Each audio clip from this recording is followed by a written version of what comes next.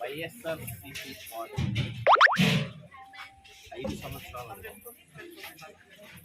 రాష్ట్రాభివృద్ధినంతా అన్ని వర్గాలను నాశనం చేసిన మాట వాస్తవం కదా. అసలు వెన్నుపోటు అనే పదానికి మరి వాళ్ళ అమ్మని తీసుకొని, వాళ్ళ చిన్న అక్కని తీసుకొని, వాళ్ళ చెల్లెల్ని తీసుకొని, వాళ్ళ పార్టీ నాయకులను తీసుకొని, అందుకనే ఒక చిన్న మీ ప్రెస్ దాంట్లో నేను చూశాను.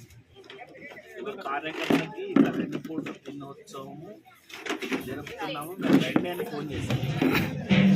ఆ సామాన్య కార్యకర్త చెప్పిన నాయన నా నెంబర్ డిలీట్ చేయి, నాకు పొడిచిన వెన్నుపోటుని ఫస్ట్ మన పార్టీ పొడిచిన పోటుని ఇంకా నేను భరించలేక నాకు గాయాన్ని ఇంకా పూడ్చుకోలేకుండా ఇంకెప్పుడు నాకు ఫోన్ చేయకు, ఈ మీ పార్టీ మన పార్టీ తరఫున అని చెప్పడం జరుగుతూ ఉంది.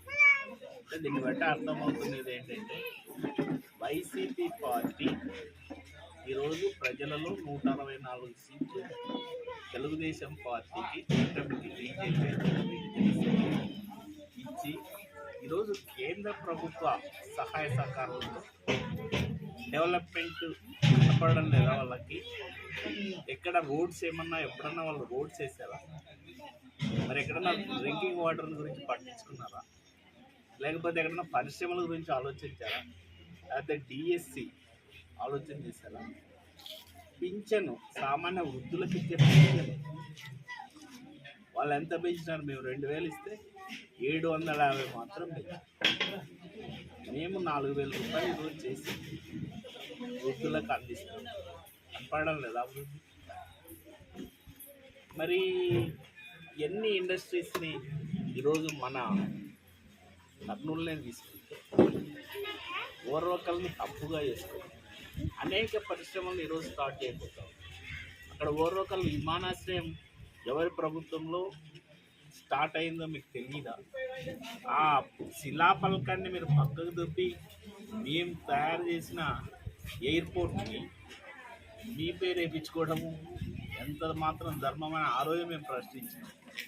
ఈరోజైనా కూడా అక్కడ ట్రైనింగ్ సెంటర్ని కూడా మరి పైలట్ ట్రైనింగ్ సెంటర్ని కూడా స్టార్ట్ చేయబోతాం.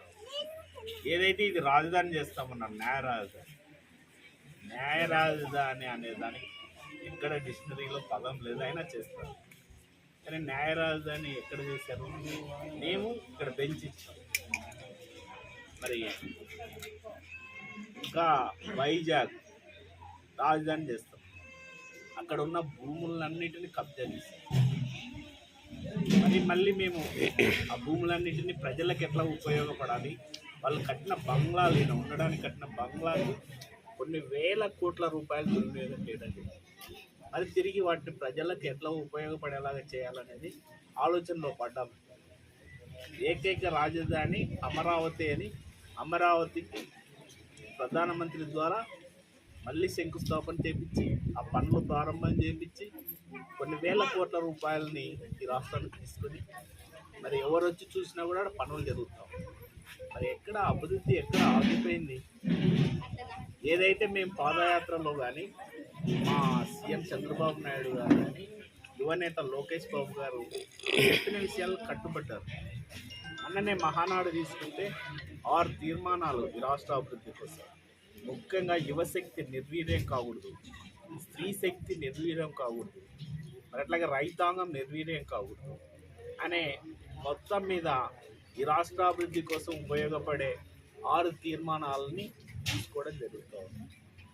మరి ఇరిగేషన్ని ముఖ్యంగా రాయలసీమలో ప్రతి ఎకరాకు సాగునీరు అందించాలి, సాగునీరుతో పాటు తాగునీరు అందించాలి అనే ముఖ్య ఉద్దేశంతో ఈరోజు కూటమి ప్రభుత్వం పనిచేస్తాం. మరి మీరు మీ చిన్నాయన్ని చంపేస్తే దాన్ని వేరే విధంగా చిత్రీకరించి ఆత్మహత్యనో, హత్యనో, ఇంకోదాని దాన్ని ఎన్ని విధాల మలుపులు తిప్పాలనో అన్ని విధాల మలుపులు తిప్పాలి. అనేక మంది బీసీ, ఎస్టీ, ఎస్సీ మైనారిటీస్ మీద దాడులు, హత్యలు, తర్వాత ఆర్థికంగా దెబ్బతీయడానికి ఎన్ని విధాల కుట్రల వలన ఉన్నాయి, 5 ఏళ్ళు అన్ని విధాల కుట్రలు ఉన్నాయి. అందుకే మీకు ప్రజలు బుద్ధి చెప్పారు. అయినా మీకు బుద్ధి రాలేదా? ఇంకా వెన్నుపోటు దినం, విమోచన దినం. సో మీరు జైలుకి వెళ్ళకుండా చూసుకోండి అయ్యా. మద్యం మాఫియా ఇట్లాంటి మాఫియా ప్రపంచ చరిత్రలోనే ఇటువంటి మాఫియా ఎప్పుడు జరగలేదని సాక్షాత్ ఏవైతే మనకు న్యాయ స్థానాలు ఉన్నాయో, న్యాయ నిపుణులు ఉన్నారో వాళ్ళే చెప్తా ఉన్నారు. దుబాయ్లో ఒక ఆఫీస్ ఓపెన్ చేసి ఒక ఈడీని అక్కడ పెట్టి ఇక్కడ ఉన్న మద్యాన్ని అంతా ఏ విధంగా దుర్వినియోగం చేయాలనో అన్ని విధాల మాఫియాలో దుర్వినియోగం చేసి కొన్ని లక్షల కోట్లు మరి ఈరోజు ఇంటికి చేర్చుకునేది మీరు కాదా అని సూటిగా ప్రశ్నిస్తూ ఉన్నారు. ఎందుకు మీరు మద్యం మాఫియాలో మరి మీరు పారదర్శకంగా డిజిటల్ కరెన్సీ వచ్చింటే మరి డిజిటల్ ఎందుకు ఉపయోగించలేదో మరి మీరు ఒక్కసారి సమాధానం ప్రజలకు చెప్పాల్సిన అవసరం ఉంది. క్యాష్ అండ్ క్యారీ ఎందుకు చేయాల్సి వచ్చింది? ఇది కమ్యూనికేషన్ యుగం.